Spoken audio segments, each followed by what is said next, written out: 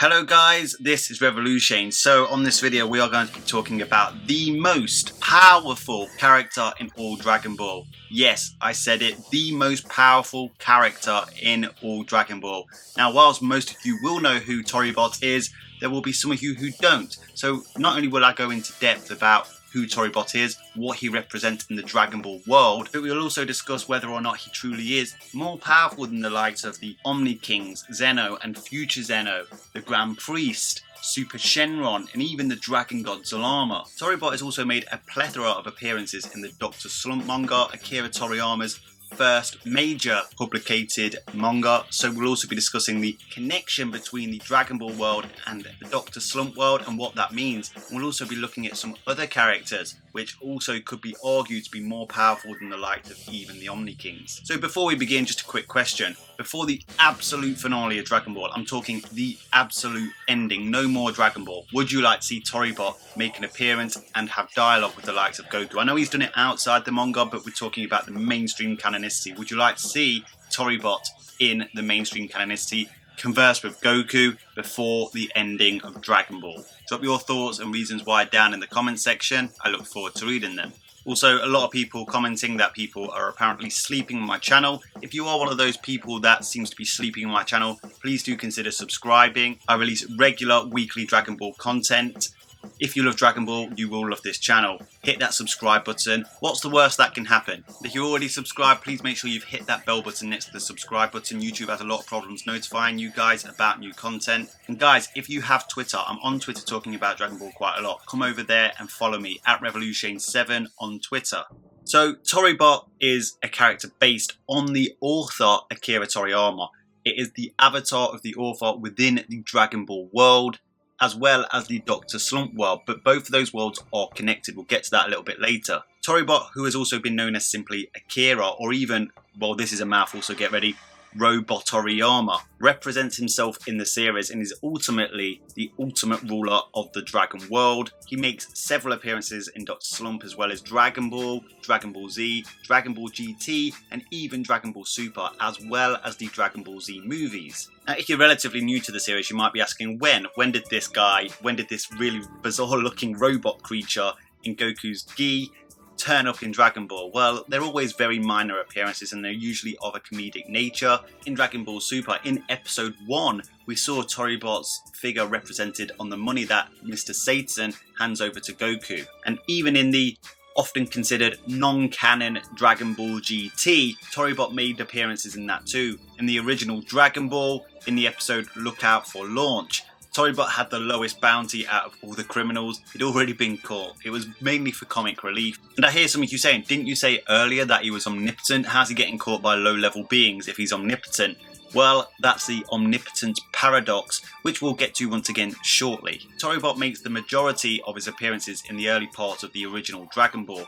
He can be seen in the Nimbus Cloud of Roshi on a tree when Bulma and Goku walk to the beach. And in the original Japanese dub, he mumbles, "Penguin Village, this is not it." Penguin Village is a land in Dr Slump. So there's evidence of a physical appearance, but even in Dragon Ball Z, and probably the most famous appearance of them all is when he appears in the Buu Saga in chapter 480 of the manga.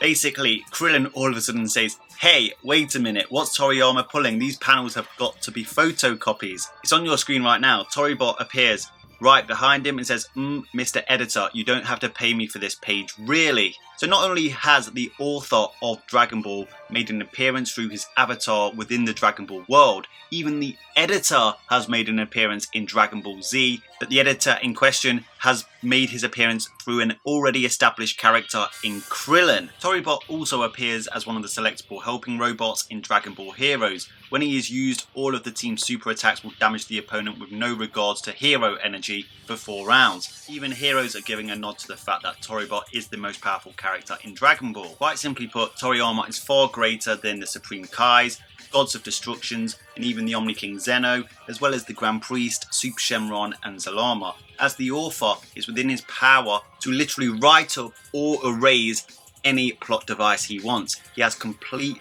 plot manipulation powers. The most powerful beings in Dragon Ball, such as Zeno, Future Zeno, the Grand Priest, Super Shenron, were all drawn up and conceived by Toriyama. Therefore, Toriyama could also write them out of the story whenever he so pleased. He could literally create a completely new character that could completely wipe out the whole existence of Zeno and all of his history if he so chosen. Akira, Robot Toriyama, Toribot, whatever you want to call him, the avatar of the author, Akira Toriyama's embodiment within the Dragon Ball world, is literally omnipotent within his own world. However, there are some characters that have an effect on Toribot. There are some characters that can sort of somewhat put a stop to Toribot, and they are the editors. Toriyama had 3 editors during his manga run. Kazuhiko Torishima, who worked with Toriyama for his first manga series Dr Slump and the first half of the Dragon Ball manga, has actually been featured in Dr Slump as a character. Therefore, he is within the Dragon Ball world because the Dragon Ball world also incorporates the Dr Slump world or vice versa. Penguin Village, which is on planet Earth, yet not the Dragon Ball world planet Earth, which is the Z Warriors reside on, which is set in the Dragon Ball multiverse that Zeno looks over, is a different dimension to the Dr Slump Earth, which features Penguin Village where Arake and Dr Slump reside. But even way back in the original Dragon Ball, Arake has crossed over to the Dragon Ball Earth, meaning there's some sort of portal between the two and they are connected. She didn't just help out Goku against General Blue, she also came back in Dragon Ball Super in episode 69, as well as the fact that Goku, when having Ki disease after fighting against the legendary assassin Hit in the God of Destruction tournament, accidentally instant transmissioned to Penguin Village, where we see the mountains that have faces, which even suggests that Goku's instant transmission has interdimensional teleportation. And of course, Torishima was also the inspiration behind the villainous Dr. Masharito from the Dr. Slump series, but it must be noted that they are not the same character. When Torishima appeared in Dr. Slump, he was the actual editor, the avatar of the editor, Torishima. Dr. Masharito is just inspired from the editor in real life. He also appeared in Dragon Ball Super and was Hokkai'd by Beerus, but that wasn't the editor version. Obviously, Torishima no longer works on Dragon Ball, so his influence on Toriyama has diminished in terms of what Toriyama can create within his own verse. Torishima's role was taken over by Yu Kondo, who was involved with Dragon Ball during its most popular times, and Fuyuto Takeda, and I do sincerely apologise about my Japanese pronunciations, took over the position during the Perfect Cell saga, and he is the editor that technically appeared as Krillin in the Buu saga. So whilst Toriyama and his avatar Toribot are questionably omnipotent within their own verse, whoever has the role of editor at any given time can place constraints on Toriyama and have an effect on Toriyama, even an influence on Toriyama's writing. Therefore, given the fact they can influence even a questionably omnipotent being, would be stronger than characters such as Zeno, the Grand Priest, Super Shenron, because they are characters conceived by Toriyama. Regardless, the editors can place constraints on Toriyama, they can influence Toriyama's decisions. However, Toriyama still has the power to literally ignore those editors or literally cut off the entire series itself, meaning he has all the power. So how is it that Toribot has not just been arrested by lowly earthlings back in Dragon Ball, is influenced by editors that he himself places within the manga itself, and has even been beaten up in Dr. Slump itself? Well, that is the omnipotence paradox. One of the most popular interpretations of the omnipotence paradox used today is the one where basically, can an omnipotent being create a stone so heavy that it cannot lift it? This question generates a dilemma. The being can either create a stone it cannot lift, or it cannot create a stone it cannot lift. An omnipotent being is a walking contradiction. It can simply do both, because an omnipotent being can do anything. Not only could the omnipotent being, such as Toribot, get killed by a farmer with a shotgun, he could also beat up Jiren the Great at full power. An omnipotent being is beyond all rational thinking. Of course, the word omnipotence breeds a whole family of paradoxes. Even writers are influenced and are constrained by things in their own reality. For example, Toriyama once admitted that a character's popularity has influenced his writing. And you could say writers have theoretical limits on their omnipotence. For example, an author cannot really put something in their book or their fiction that cannot be described by the fictional platform that they are presenting it onto their audience. And an author would also try to keep their fiction grounded in some sort of reality based on the past principles that is already set up within its own verse. However, the point that I'm trying to make here is, whilst these constraints do have an effect on the author, the writer, Toriyama in this particular case, Toriyama still has the power, the final say on what he wants to do with his own verse. You could even look to the different continuities of Dragon Ball Super. There's the manga, which has influences from Toyo Taro, then there's the anime, which has influences from Toei,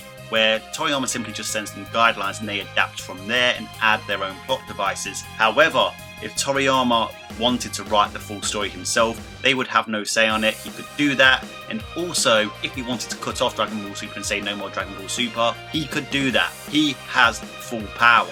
So Toribot isn't really a regular character within the Dragon Ball verse, but he does exist within the Dragon Ball verse, thus meaning that he has an effect on the Dragon Ball verse, and his effect happens to be boundless. He controls the narrative of Dragon Ball and Dr. Slump, and could quite frankly do what he wanted if he so wished, making him a questionably omnipotent being. And as I showed earlier in the video, an excerpt from the Daizenshuu itself of Toribot, it states that Toribot is far, far above even the Kaioshin. At the end of Dragon Ball Z, he was the most eminent god in Dragon Ball at that time. Of course, other gods have been introduced since, the angels and the Omni Kings Zeno. However, Toribot still stands far, far above them. Zeno is quite frankly the one above all of the Dragon Ball verse. So guys, that's who Toribot is, that's how powerful Toribot is. Marvel may have the one above all, DC may have the presence, the over-monitor, or even the writer, but Dragon Ball has Toribot. Let me know your thoughts on this down in the comments section. If you enjoyed my videos, please do make sure you subscribe and hitting that like button. I truly appreciate all your continued support. Until next time, Ad Astra.